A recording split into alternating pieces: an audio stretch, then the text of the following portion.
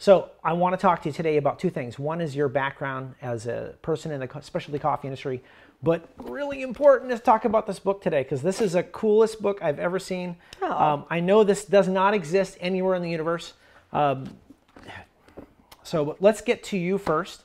Your industry experience, I made a few questions here because I won't remember all of them, and I probably won't ask you all of them, but we'll be casual about it. So before we talk about the book, so tell me, like, how did you end up here? Like, how did you end up in this whole crazy coffee business, like, start to finish? Where'd you start from? So I started in coffee in 1997. I worked for Fresh Cup magazine for 6 years before I started Roast. And I got into publishing after college. I wanted to be a journalist, and I really had no idea there was a career in the magazine world when I finished college. And I moved from Michigan with my boyfriend, now my husband, of 21 years. Okay, cool. And I got a job in publishing, and I loved it. It was a very small publisher in Southern California, and we published employee magazines. Oh my gosh. I know, completely random. Yeah. Another random job. Yeah. And I loved it. I worked there for 4 years, and then we decided that California wasn't probably the place we wanted to settle down forever, and we moved to Portland. And then that's when I got into coffee at Fresh Cup. Nice. How many years? How many years did you do Fresh Cup? How many? So I worked at Fresh Cup for 6 years, Okay. and I left, and I didn't really have any idea what I was going to do. And I kind of had this idea of a more technical trade journal, and the roasting community was just starting to grow. Like they had, right when I left Fresh Cup, they'd had the first Roasters Guild meeting. Right. And I asked a few industry people what they thought, and they, were said to totally support it. And it was not, I wasn't then, I am now, but I definitely wasn't an entrepreneurial type. Like it was never my dream to own a magazine or start a magazine, but I was right there. And I knew that that was my chance. If I was going to do it, I had to do it then. And the weekend that I launched the idea of the magazine, it was probably the hardest weekend of my life. I mean, it was just so crazy. And, some people were like, it's the greatest idea ever. And some people were like, that's so dumb. But we don't need another trade journal. Who came up with the name? Like, it's such a great name. So I did. Okay, awesome. Yeah. It was, we knew we wanted something, or I knew I wanted something really simple. And I kind of worked on the project all by myself for an entire summer. Oh my gosh. Kind of pretending that I was going to do this magazine. You're doing it. Yeah. And then, Covert, like total under the ground covert. You weren't telling anybody or? No. Okay, yeah. No, I didn't tell anybody. And I kind of, to keep my sanity, I just sort of went through the motions of what it would be like if I did this magazine. And then probably in July, actually, I'll tell the whole story. My niece came to visit me, who was 16 at the time. Okay. And she, we were talking about the magazine and if I was going to do it. And she looked me straight in the face and she said, you have to do this. Oh my God. And that was my aha moment. I'm like, okay, if I have a 16-year-old telling me that this is what I have to do. The wisdom. Right? Yeah. I mean, I'm like, okay. And I didn't really have anything to lose. I was just scared to take the step. Right. But once I took it, then it was done and Nice. It was good. And after our first issue, it seems like yesterday. That's awesome. That is so awesome. So what do you love most about the coffee business? I mean, I know I'm gonna throw some really broad questions because I'm like, think of broad questions to ask you, but what do you love most about it? People. People. By far. Yeah.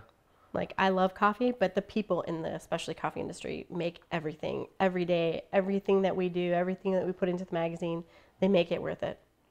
I totally agree with that. That's awesome. So also another really crazy question is, what's it like, and this is kind of putting you on the spot as well, what's it like to run like an industry leading magazine? Because there's no question that Roast Magazine is, I mean, you guys are at the forefront, I mean, there's no question about that. What's it like being kind of the person that makes that happen? Well, it's a strange thing, like working in your office every day, knowing that this product that you put out will touch all these lives eventually, right? As you're working on it, it's just a piece of paper and it's just words that go on a piece of paper. But we really do try to reflect our goals and standards for the magazine in every article and every issue that we put out. I agree, totally, yeah. So when we're working on an issue, we're just thinking, how is the reader going to read this? How is it going to educate them further? And what are they going to get out of it? So what fresh content, like what's it like coming up with the fresh? Because that must be like the hardest part of your business. It's like, must be enormous amounts of pressure to always come up with fresh content. That must be People do think that. I think that's probably one of the biggest questions. We're super lucky. I think we have a great pool of writers that we work with. A lot of industry icons write for Roast, and they identify with our standards for the magazine, and they want to be associated with that. And so we come up with ideas from our readers. We come up with ideas internally, and we come up with article ideas from our writer pool. Right. So they'll have ideas and come to us and say, I'm working on this project. What do you think of this article idea? And right. We just go from there. So I have to admit to you, and this is something I have a huge amount of love for print. Print there's a revival in it. And I think that tangible thing that we have, we can actually touch and feel it. The photography, that when you can actually see a book or a magazine that has beautiful photography, beautiful editorial, that has value, man. And I think that it's a lost art. I think that people are going away from that, saying it's all digital. Digital is awesome. I'm not totally, in my own opinion, if I was to go on, get on my soapbox for a second, I think what you're doing is you're doing a huge artistic favor to the industry, and I think that I commend you. I think it's an awesome thing, and I think that please keep doing it. Like, don't stop doing it because it's so important. It's so cool. I mean, it's an amazing cool thing. So where do you think, like, as far as like the sharing the love, like as far as, do you think that people with the print, with this, going back to the photography and the beautiful editorial, do you think that this is just going to continue on? Do you think that this is just going to be it, or do you think it's going to be like watered down like the iPad? And I hate to, I love the iPad. I love seeing digital magazines. Do you think it's going to be more digital? Do you think that in the next 5 to 10 years, think it'll be more of that? Or I think it's going to take longer. I think Really? there are still enough people who value, again, to hold it in your hands and read it. Yes. And as much content is online and available, through the web, it still can't touch what trade magazines and what other people who are truly offering education. Right. It can't touch that. No. Right? I mean, it just doesn't convey the same way. In Portland, Oregon used to be like the biggest printing industry in the world. I mean, per capita, they have more printers in Portland, Oregon. Am I right on that? I don't know. Okay, I heard that years ago. Like Portland, Oregon used to have more printers per capita than any other city. It's like we have this like amazing love for traditional print, which I love. I mean, if I grab a magazine, this is so much more tactile. I love it. And how beautiful is that cover? Is this your recent newest issue? Yeah, it's beautiful. I mean, it's like, gosh, a magazine. I've subscribed myself to the digital magazines, and I'm just like, I don't end up reading them. But if you send me a magazine in the mail, I'm reading them, cover to cover. Well, it's easier to pass by things that are digital, and also we've done research on what people are looking for. It still goes back to, if you are reading a technical, educational, editorial piece, it's really hard to comprehend that digitally. And so people still need to go back and they need to reread it, and it's harder. And I think people still do want to pick up that piece. I love it. It's old school. And every year more magazine titles open, printed magazines. See, totally. But I think consumer in general thinks that. Yeah. Because of what they hear through the media. Right. They hear everything's going to digital, and there are trade magazines for trade magazines, and we read them. And they tell us, that's true. Like, a lot of people do expect a digital version of everything, right? But they still expect the printed version too. Exactly. And they still value what it gives them versus the digital version. Okay, I'm going to ask you one crazy question.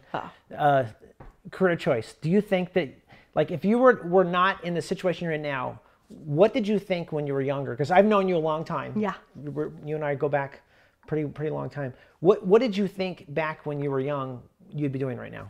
I always wanted to be a teacher.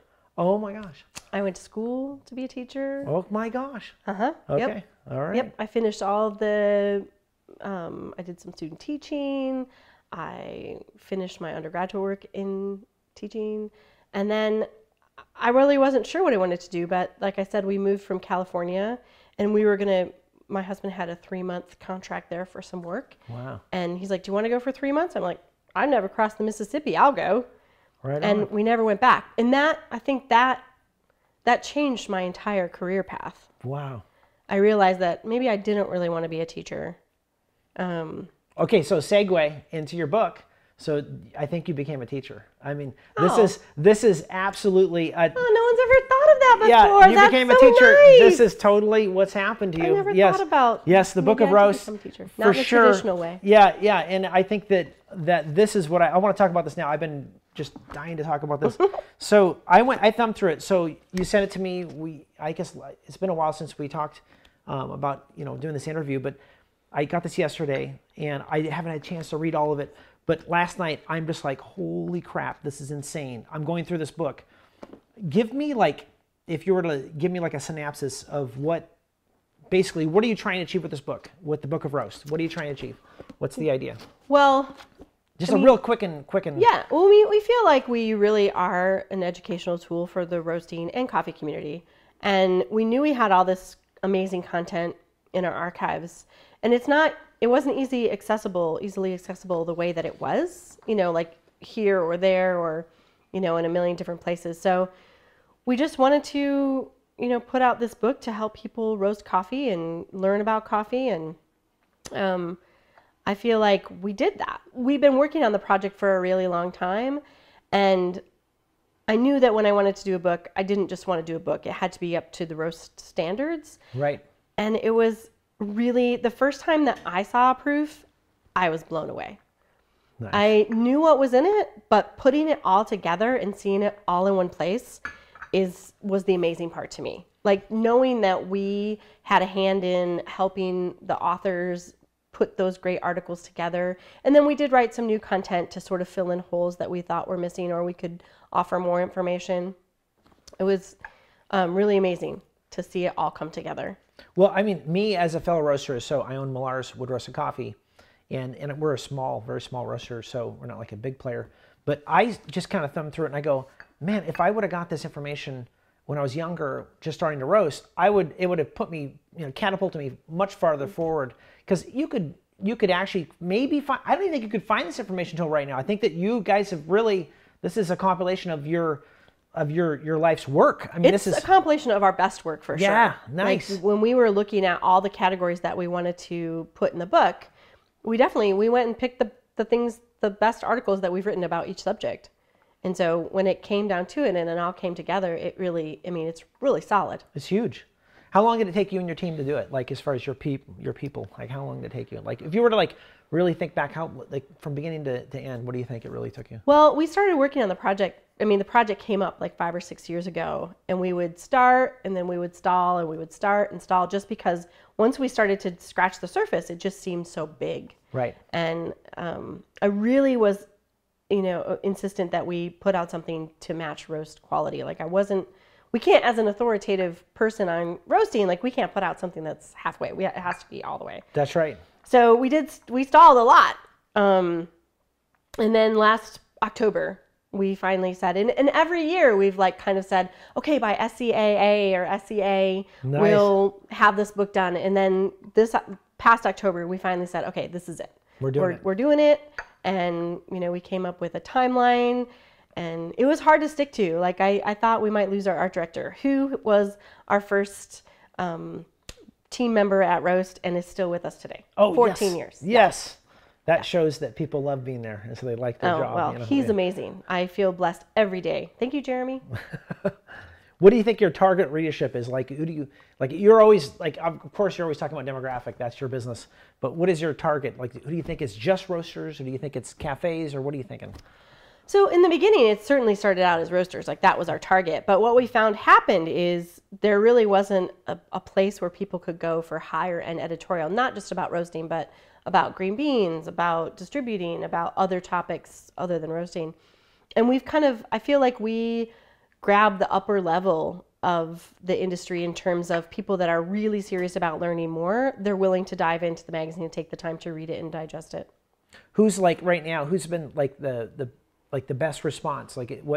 What part of the country, part of the world, right so far? Because it's only been out for how long? For the book. Yeah, for the book. We are selling probably equal parts to the United States and worldwide. Nice.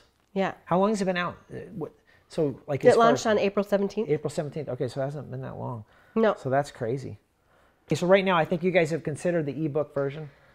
Yeah, it's something that we can do pretty easily. We just are sort of taking baby steps because even though the magazine part of it is not that much different than publishing a book, the distribution part of the book is pretty different for us.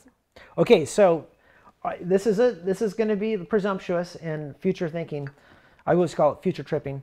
Do you think you'll come up with a second version? And I'm sure you've talked about it. Yes. I know you will. So in my quest for perfection, I'm waiting for the feedback, from people who want to see more in this section or want to see more in that section. And, Nice. In a few years, we definitely will plan on a second edition. And then, I'd really like to do something very specific. This is top secret. I'd like to do something really specific for the home roaster. Oh, yes. Yes.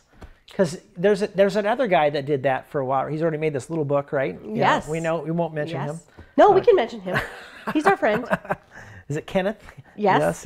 And the Coffee Review has a column in roast. Kenneth Davids, We're friends. yeah. We're friends. So I feel like, on many levels, I don't want, there's part of me that's like, I would not want to share this with somebody because I don't want them to have all the secrets.